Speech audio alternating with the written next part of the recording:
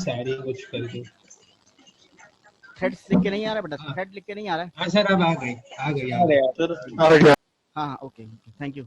तो थ्रेड्स जो हैं आपके क्या होते हैं, अभी तक हम लोगों ने समझा ये सब आपस में रिलेटेड है। प्रोग्राम सेट ऑफ इंस्ट्रक्शन होते हैं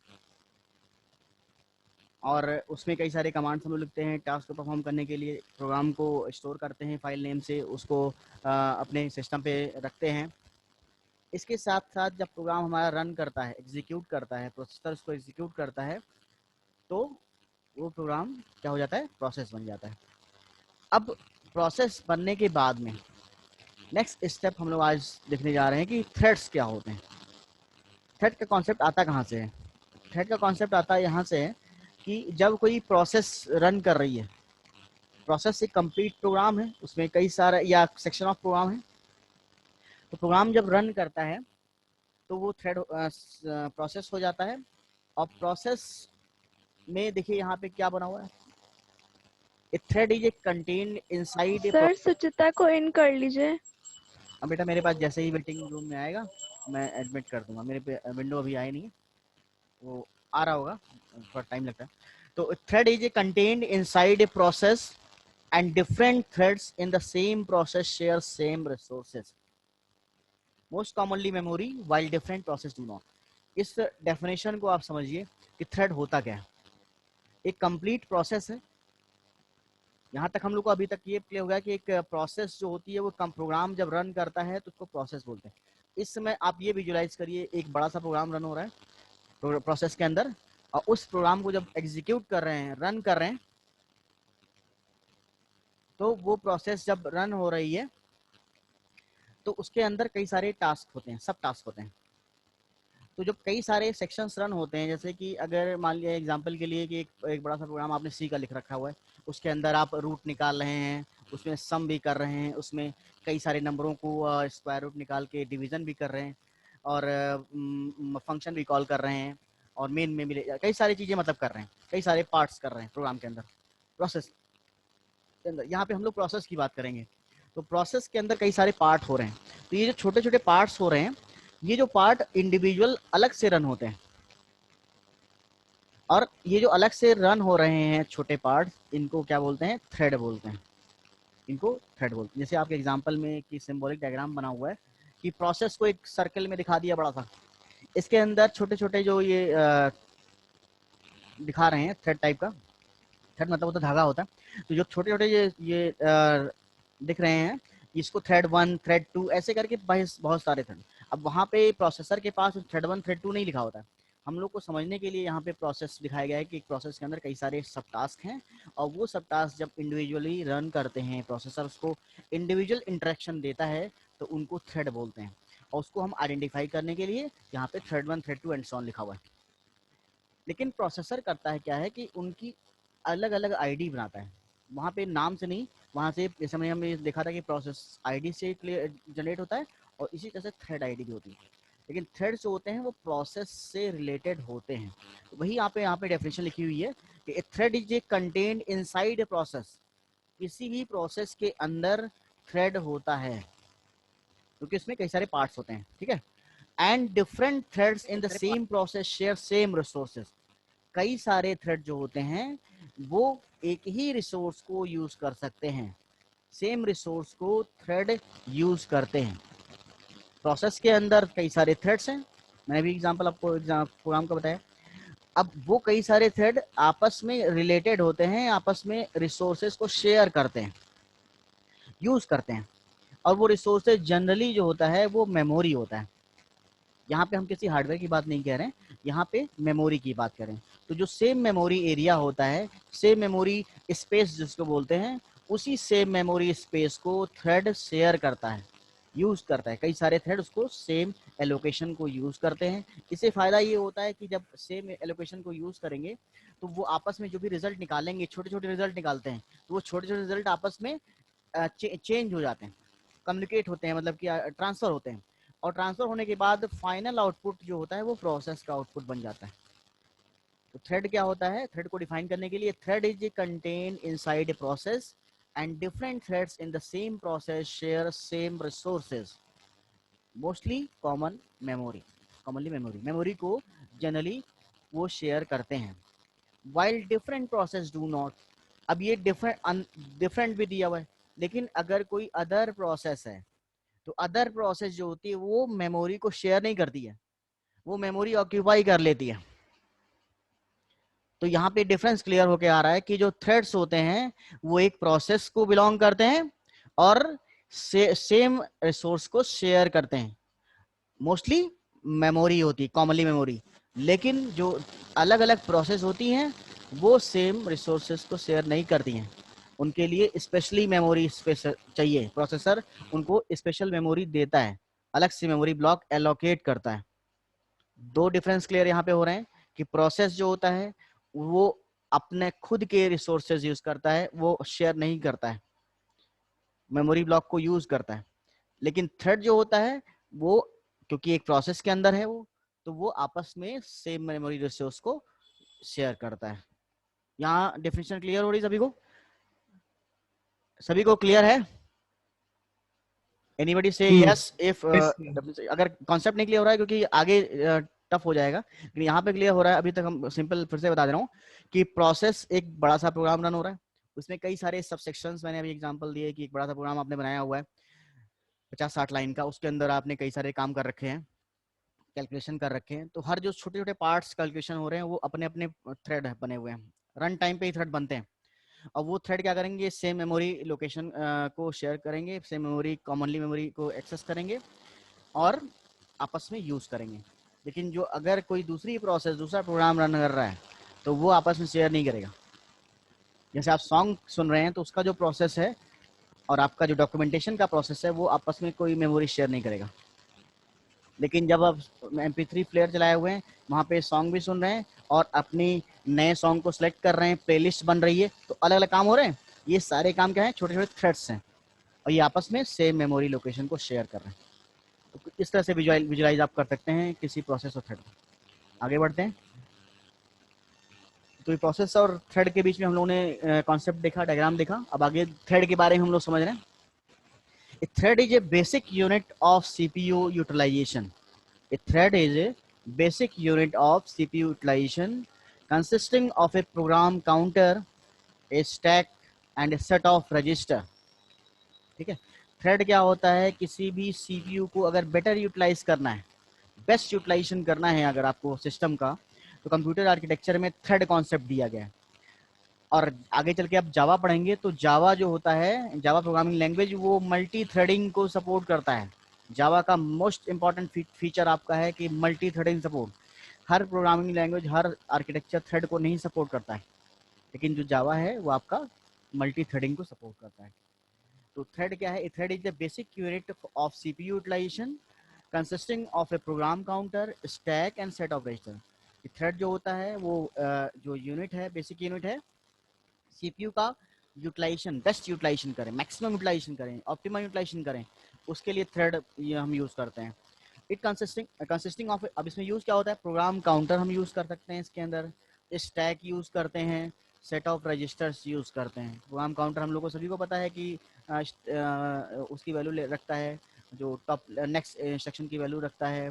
स्टैक आपका एक मेमोरी लोकेशन को एलोकेट करता है, रजिस्टर्स इंटरमीडिएट रिजल्ट को स्टोर करने के लिए। तो ये सब जो पार्ट है वो थ्रेड में यूज होते हैं, programme counter, stack and set of register. इसके साथ साथ लिखा हुआ है आपको कि जो थ्रेड आईडी, मैंने अभी आपको बताया था कि जैसे पहचानेगा कैसे कि कई सारे थ्रेड हो, तो उसके लिए यूनिक आईडी प्रोसेसर डिफाइन करता है। हम लोगों ने तो थ्रेड 1 थ्रेड 2 लिख दिया, लेकिन वहाँ पे थ्रेड 1 थ्रेड 2 नहीं है, वहाँ पे एक यूनिक आईडी लिखी हुई है जिसको थ्रेड आईडी बोलते हैं, जो प्रोसेसर समझता है और प्रोसेसर बनाता है, क्रिएट करता है। A single processor multi-threading generally occurs by as in multitasking. The processor switches between different threads. अगर एक ही प्रोसेसर आपके सिस्टम पे लगा हुआ है, सिंगल प्रोसेसर सिस्टम आपका है कंप्यूटर आर्किटेक्चर के अंदर, तो आपका पूरा सिस्टम, जैसे हम लोग डेस्कटॉप यूज कर रहे हैं यहाँ पे, तो एक ही प्रोसेसर लगा है हमारे डेस्कटॉप के अंदर, आपके लैपटॉप में एक ही प्रोसेसर लगा हुआ है, तो हम लोग के जो डेस्कटॉप या लैपटॉप हैं वो सिंगल प्रोसेसर सिस्टम है। वो मल्टी थ्रेडिंग कॉन्सेप्ट को यूज करते हैं। जनरली अकर्स बाय मल्टीटास्किंग, और इसका यूज करते हुए वो बहुत सारे मल्टीटास्क मतलब बहुत सारे काम को करते हैं। जैसे हम लोग अपने अभी मैंने बताया कि अभी इसमें ब्राउजर भी खुला हुआ है, पीपीटी भी चल रहा है और आपका प्रेजेंटेशन भी हो रहा है, जूम भी चल रहा है। ये क्या है? मल्टी थ्रेडिंग हो रही है, कई सारे प्रोसेस एक साथ रन हो रहे हैं, इसके अंदर कई सारे सेक्शंस रन हो रहे हैं। और the processor switches between the different, और प्रोसेसर नेक्स्ट काम को करने के लिए तुरंत स्विच कर जाता है। अगर एक थ्रेड का रन हो रहा है, उसको कंप्लीट हुआ तो next next switch over, next thread ऐसे करके कई सारे थ्रेड को एक साथ रन करता है। तो अगर एक ही प्रोसेसर है तो उसको सब कुछ करना पड़ता है। वो मल्टी थ्रेडिंग को बिल्ड करने के लिए मल्टीटास्किंग को भी बिल्ड करता है। लेकिन इसमें थोड़ा सा प्रोसेसर पे बर्डन ज़्यादा आता है। तो इसके लिए हमारे पास मल्टी प्रोसेसर सिस्टम होते हैं जो बेस्ट होते हैं इसके लिए। मल्टी प्रोसेसर सिस्टम या मल्टी कोर, आपने सिस्टम पढ़े होंगे dual two core, core two dual जो आर्किटेक्चर होते हैं। तो इसमें मल्टी कोर सिस्टम मतलब कि वहां पे क्या है कि डुअल टू कोर मतलब वहां पे आपने डुअल टू कोर सिस्टम का नाम सुना है? मीनिंग क्या है उसमें कि दो प्रोसेसर लगे हुए हैं, ठीक है। तो अगर एक से ज्यादा प्रोसेसर आपके मदरबोर्ड पे लगाए गए हैं तो मतलब उसकी कैपेसिटी बहुत ज्यादा है, पावरफुल है वो। तो अगर एक से अधिक प्रोसेसर आपके पास सिस्टम पे लगे हुए हैं तो आपका सिस्टम कैसा बन जाता है? मल्टी प्रोसेसर सिस्टम बन जाता है। और ये मल्टी प्रोसेसर सिस्टम पावरफुल होता है और द थ्रेड्स और task actually do run at the same time. इससे फायदा ये होता है कि बहुत सारे थ्रेड्स, बहुत सारा काम ये एक साथ मिलकर करते हैं। पावर बढ़ जाती है जब प्रोसेसर जब ज्यादा ले जाएंगे तो पावर बढ़ जाएगी और वो कई सारे काम को एक साथ कर लेगा। विद ईच प्रोसेसर और core running a particular thread और टास्क, जिसमें हर प्रोसेसर को हम कोर भी बोलते हैं। कोर वर्ड आपने सुना है, core two dual, dual two core, CORE, core को हम प्रोसेसर भी बोलते हैं। तो प्रोसेसर और core running a particular thread और टास्क। अब जब फायदा ये है कि अगर कई सारे प्रोसेसर लगे होंगे तो हर प्रोसेसर एक इंडिविजुअल थ्रेड को रन करेगा, प्रोसेसर के एक पार्ट को रन करेगा। तो सोचिए आप अगर एक ही प्रोसेसर कई सारे थ्रेड को रन कर रहा है तो स्लो हो जाएगा, मल्टीटास्किंग और मल्टी थ्रेडिंग को उतना अच्छा नहीं कर पाएगा, बार बार स्विच करना पड़ेगा। लेकिन अगर कई सारे प्रोसेसर लगे हों तो एक प्रोसेसर अगर एक थ्रेड को एलोकेट कर दिया जाए तो वो क्विकली रन कर देगा, उसको तुरंत उसको रन करके रिजल्ट देगा। नेक्स्ट प्रोसेसर नेक्स्ट काम कर रहा है, तो मतलब कि आपका वर्क जो है फास्टली हो गया, टाइम कम हुआ और आपका टास्क जल्दी कंप्लीट हो रहा है। तो अब यहाँ पे देखिए single and multi thread system क्या होते हैं, हम लोग यहाँ पे देख रहे हैं। तो अगर सिंगल थ्रेड सिस्टम आपका है, ये वाला है जो हम लोग का है, जिसके अंदर एक ही प्रोसेसर है। तो सिंगल थ्रेड सिस्टम क्या करता है कि उसके पास बहुत सारी चीज़ें होती हैं, कोडिंग इंस्ट्रक्शन के लिए, डेटा के लिए, फाइल्स के लिए, स्टैक, रजिस्टर, ये सब उसके रिसोर्सेज हैं। इनको एक ही थ्रेड एलोकेट कर रहा है, यूज़ कर रहा है। ये जब खाली करेगा तब अगला लेगा। तो मतलब कि शेयरिंग चल रही है यहाँ पे सिंगल थ्रेड प्रोसेसर। लेकिन जब multi thread processor, multi core system है तो हर प्रोसेसर के पास में अपना खुद का रजिस्टर, खुद का मेमोरी, खुद का कोड जो होता है वो होता है। एक प्रोसेसर के पास में डेटा रखा हुआ है, रजिस्टर स्टैक रखा हुआ है। एक प्रोसेसर के पास में फाइल रजिस्टर स्टैक, मतलब कि हर प्रोसेसर के पास में काम डिवाइड हो गए। यहाँ पे देखिए ये सारी चीज़ें एक साथ रखी हुई हैं, यहाँ पे चीज़ें पैरेलल रखी हुई हैं। तो जो कॉमन चीज़ है कोड, डेटा, फाइल, वो कॉमनली है टॉप लेवल पे। लेकिन जो register stack quickly access data है, क्योंकि बार बार रजिस्टर की जरूरत पड़ेगी, बार बार स्टैक की जरूरत पड़ेगी। तो जब रजिस्टर स्टैक जब एक ही प्रोसेसर यूज कर रहा है तो वो शेयर है, शेयरेबल है और वो टाइम तक। लेकिन जब आपका मल्टी प्रोसेसर लगा हुआ है तो देखिए हर प्रोसेसर के पास में अपना रजिस्टर है, खुद का रजिस्टर जो बिल्ट इन है, और उसका खुद का मेमोरी बफर है। इसी तरह से नेक्स्ट प्रोसेसर के पास में खुद का रजिस्टर और स्टैक है। उसके बाद अगले के बाद यहाँ पे 3 बनाए गए, तो अपने पास उनका रजिस्टर और अपना स्टैक है। तो सोचिए कि उसकी कैपेबिलिटी कितनी बढ़ जाएगी और वो एक सिंगल इंस्टेंस पे बहुत सारे थ्रेड्स को रन कर सकता है। तो इसकी कैपेसिटी ज्यादा हो जाती है, इसलिए हम सिंपल भाषा में बोलते हैं कि जो मल्टी कोर सिस्टम होता है, मल्टी थ्रेड सिस्टम होता है, वो मोर पावरफुल है सिंगल कोर सिस्टम से। ये कॉन्सेप्ट थोड़ा सा दिखाया गया है। इसी तरह से single thread has a single thread of control. अभी वही चीज यहाँ पे लिख दी इन्होंने कि सर एक तो एक ही प्रोसेसर में मल्टीपल थ्रेड भी तो हो सकते हैं। हाँ हाँ हो सकते हैं, हो सकते हैं। वही मैंने बताया ना, देखिए अभी मैंने ऊपर क्या बताया कि अगर एक ही प्रोसेसर है आपका तो मल्टी थ्रेडिंग होती है, लेकिन फास्ट नहीं हो पाएगा क्योंकि उसको स्विच ओवर करना पड़ेगा। एक एक थ्रेड करेगा, उसके बाद नेक्स्ट वर्क करेगा, नेक्स्ट वर्क, मतलब कि उसमें स्विच ओवर करता रहेगा। काम तो करना ही है, लेकिन जो प्रोसेसर के पास जो टाइमिंग है वो ज्यादा लगेगी, क्योंकि देखिए कॉमन रिसोर्स यूज कर रहा है, कॉमनली हर भाई जो उसके पास है रजिस्टर स्टैक उसके पास रखा हुआ है, अब यही रजिस्टर स्टैक हर एक के लिए तो उसको प्रोवाइड कराना है, तो वो स्विच ओवर करता रहेगा, एक खत्म हुआ दूसरा, दूसरा खत्म हुआ तीसरा, या एक ब्लॉक हो गया तो दूसरा, ऐसा करेगा, मतलब कि एक साथ। सर तो मतलब एक थ्रेड कितने प्रोसेसेस को एक ही प्रोसेस को संभालता है?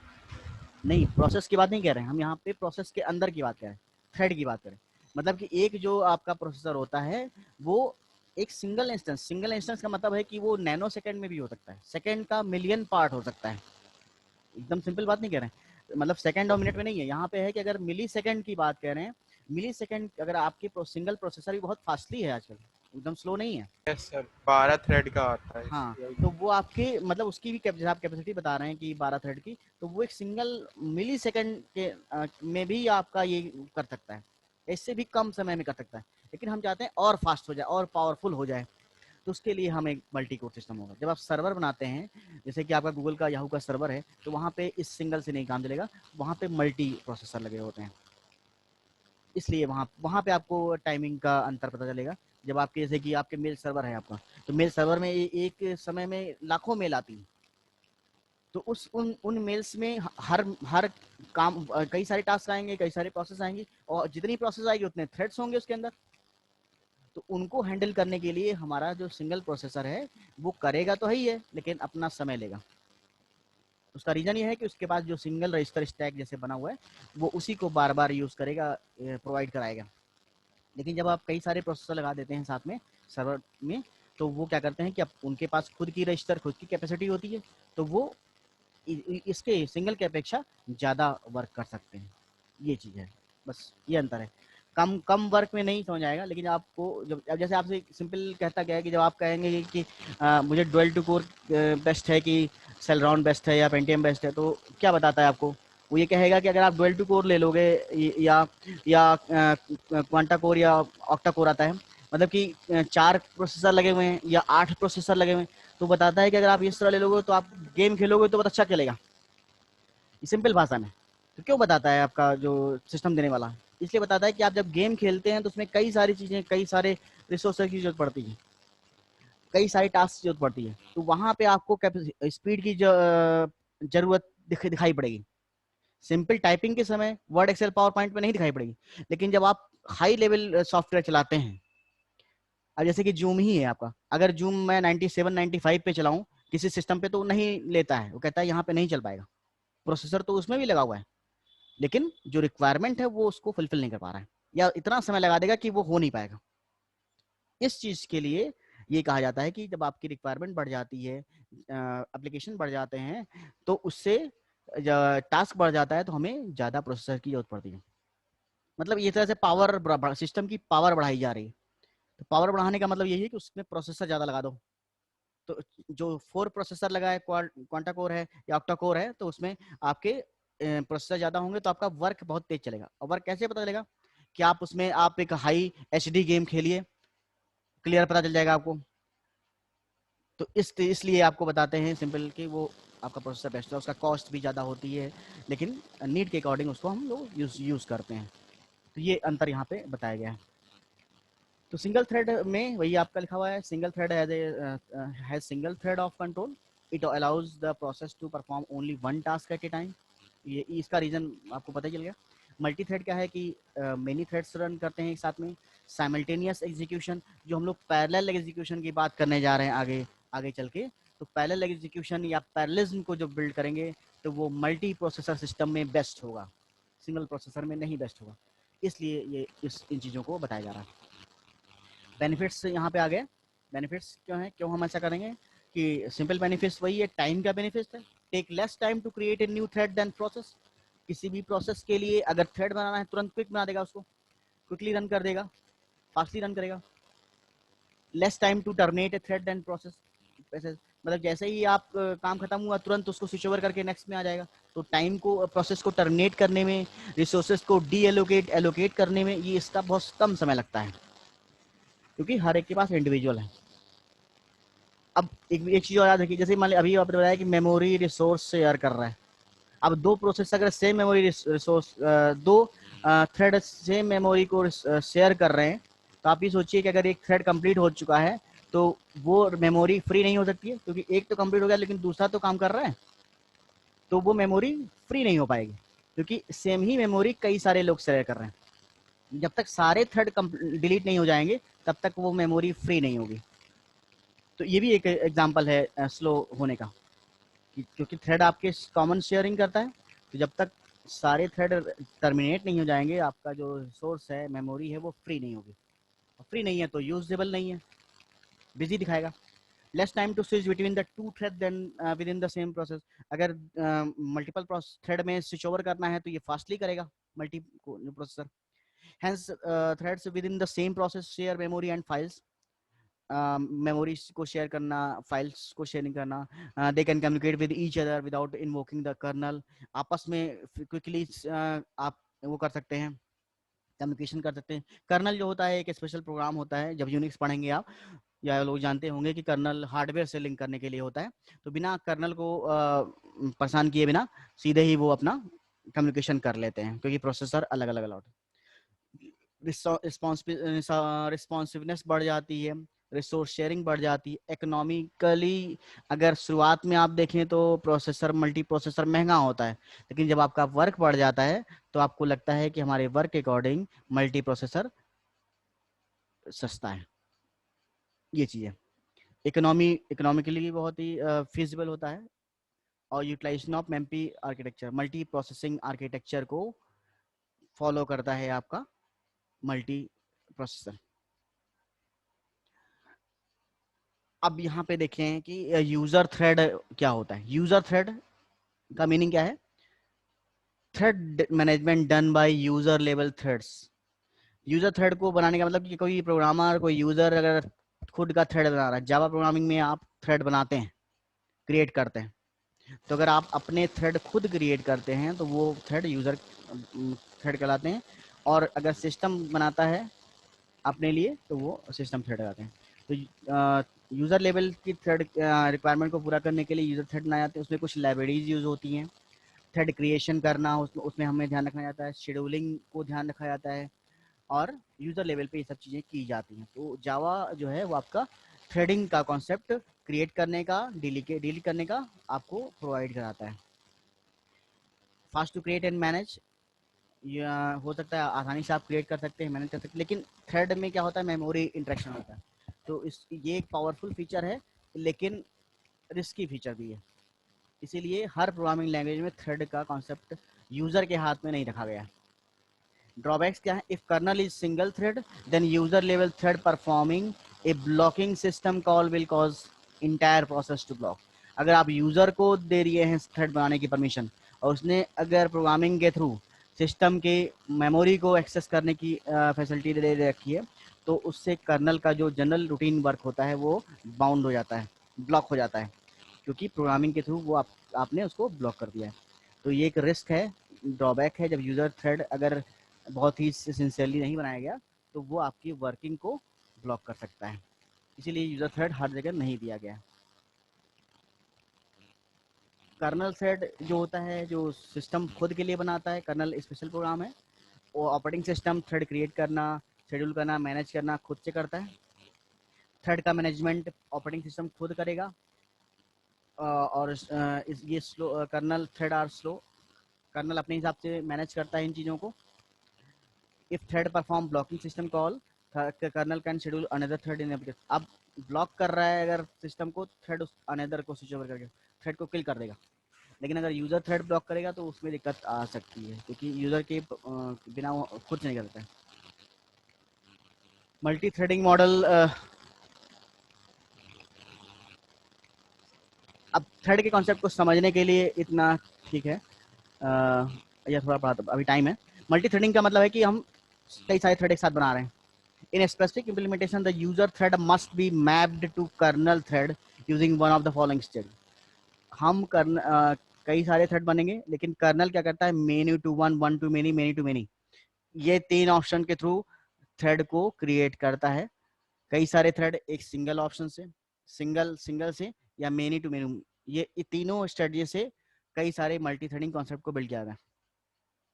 अब यहाँ पे देखिए एग्जांपल दिया है इन्होंने कि अगर मल्टी थ्रेडिंग है, मेनी टू वन में क्या हो रहा है, कई सारे थ्रेड एक सिंगल कर्नल को बिलोंग कर रहे हैं। ये आपका कहाँ होगा? जब आपका सिंगल प्रोसेसर होगा। Many user level thread are all mapped onto the single kernel thread. Thread management is handled by the thread library in user space, which is very efficient. If a blocking system call is made, then the entire process block. मतलब कि अगर single user system है, single processor system है, तो सारे thread जो आप बनाएंगे, यूजर बनाएगा, सब थ्रेड किसको मैप किए जाएंगे? कर्नल को। तो यहाँ पे कौन सी मैपिंग हो रही है? मेनी टू वन हो रही है। मेनी कौन है? थ्रेड है। वन कौन है? कर्नल है। तो इसका एग्जांपल ग्रीन थ्रेड और सोलरिस सिस्टम, जीन्यू पोर्टेबल सिस्टम जो थे वो आपके मेनी टू वन थ्रेड के एग्जांपल हैं। 1 to 1 मॉडल क्या है? ये मल्टी प्रोसेसर का मॉडल है। हर थ्रेड के करस्पॉन्डिंग अलग अपना कर्नल बना हुआ है। ये फास्ट होता है। Each user thread map to single kernel thread, allow another thread to run if block, run parallelly run होता है। ड्रॉ